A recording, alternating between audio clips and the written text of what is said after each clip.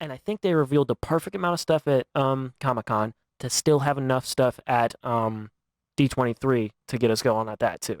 We may or may not be doing, but definitely will be trying to do some type of live reaction to when they have all of the Marvel announcements uh, for D23 come September.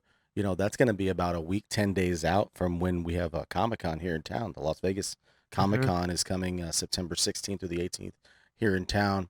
Uh, One movie that we all speculated about, we were waiting to see our first official footage and a trailer for. We weren't sure how everybody was going to be processing this or receiving it. We finally got our first look at Wakanda Forever, I guess, right when the session ended, when their panel was wrapping up. They put the trailer out online, and I've already watched it about 6 times. Yeah, for real, same. It was incredible. We're gonna wrap with this. So we're gonna watch the Wakanda Forever trailer coming out in November, as of November 11th. Um, this year. We're excited for this. This is the last part or segment or chapter of Phase 4. Hmm. Which is kind of what we thought it was going to be, right? Yeah. So we're gonna check this out real quick here. This is Wakanda Forever, November 11th, exclusively in theaters. No woman, no cry. Little darling, don't shed no tear. No woman, no cry. Good friends we have, and good friends we've lost along the way. In this great future, you can't forget your past. So dry your tears, I say.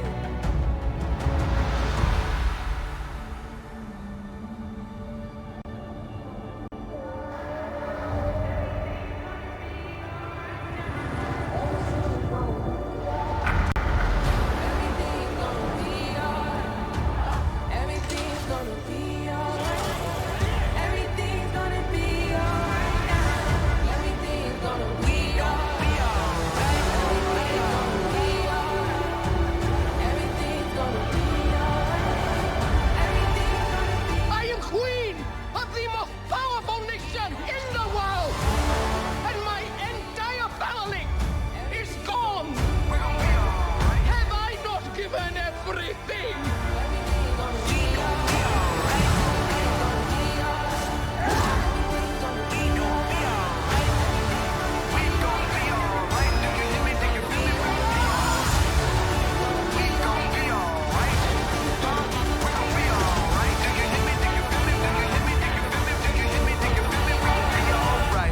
And when I wake up,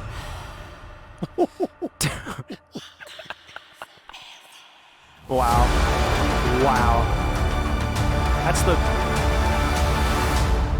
That's the fourth time I've watched it, and it somehow is better when it was already Dude, incredible. it just got chills. I mean, that's ridiculous. So, I mean, Perfect song choice. I Kendra, mean, it's Cam, everyone in the comments are just talking about how incredible the music is, which was a huge part of the first one and how Yeah. great that one was. I think we all had like our questions about how are they going to handle this? What are they going to do with the passing of Chadwick Boseman? And I have full confidence that this movie is going to be just as incredible, if not better than the first one. I think Donovan in the chat, shout out Donovan, he said that he thinks that Namor and his people are going to invade Wakanda, and that's going to result in T'Challa's death. And that's going to start the war between Wakanda and Namor and Atlantis and stuff like that. I think that would be one of the most compelling conflict in any Marvel movie yet. I think that it's a weird thing to balance something that happened for real Yeah, exactly. versus a character that is no longer there on screen. It's a very hard thing for them to balance.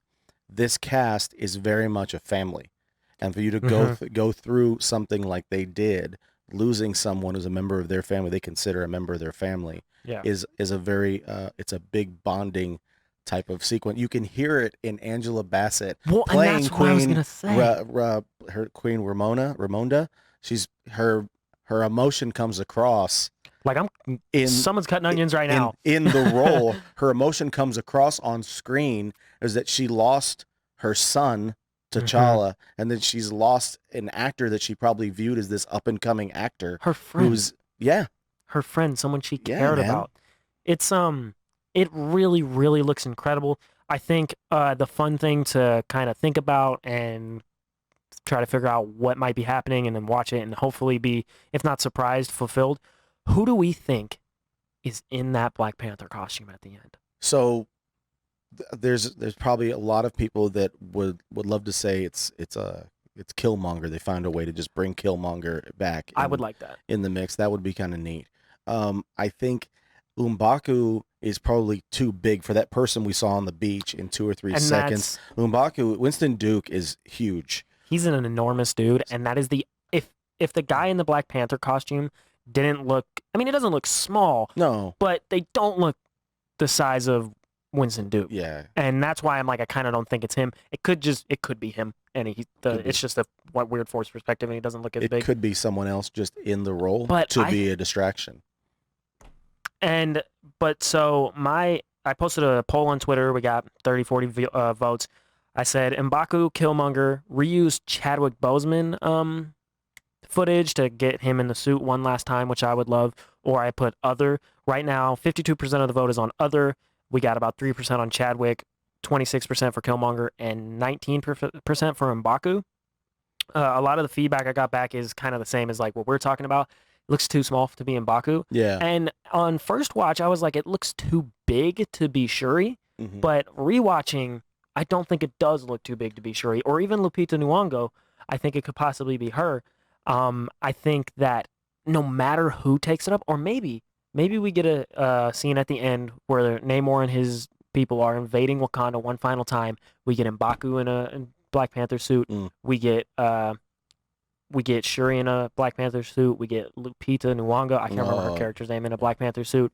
And we get maybe Killmonger shows up in one. Maybe somehow he's Right. back. And I'm like, we want death to be permanent because then it actually matters and it makes things hit a little bit harder. But I Yeah. think this would be a rare instance where having Killmonger come back and seeing how resolute he was at the end of the first Black Panther and the passing of T'Challa and Chadwick being what makes him go, I have a second chance at life. Yeah, I still believe the things I believe, but I believe doing them the way T'Challa wanted to do them is the way to do them. And if he comes back and helps push that forward, I think that would be fantastic. That's kind of wishful thinking for me. I would love to see that just because I think it would be incredibly powerful. mhm. But I trust any of the people they put into that costume, I am with. I They, think they show Riri Williams.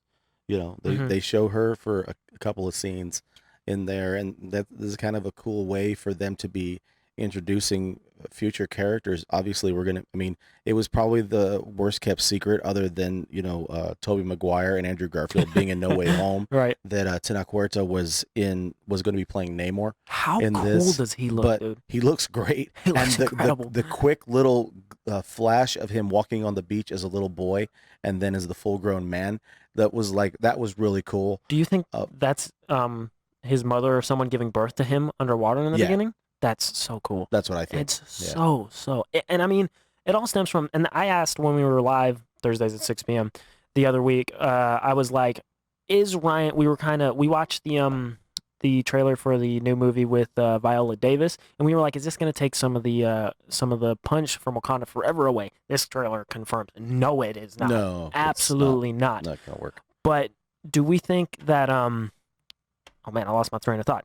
But I think this does look fantastic, and we're gonna I cannot wait to see what they do with these characters. And Namor is just someone that we've been wanting to see for a long time. He was the blip on the map in one of the Marvel movies, and now we get to see him fully realized and kind of as a villain. And I think that's the most interesting way to use him. You kind of twist it a little bit as Mhm. you use him as the antagonist, and then you bring in characters because they've talked about Atuma, who's like an antagonist of Namor, being involved in some capacity in this film, and that maybe he's the one kind of behind the scenes sort of manipulating Namor.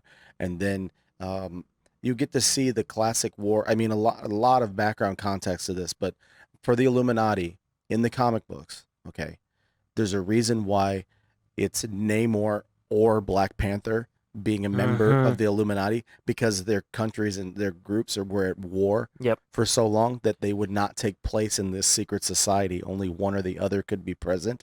And that was a cool little nod to me that they didn't have either of them present, in the Illuminati, Yep. because they're kind of waiting for this sort of reveal to be, developed right in front of our eyes.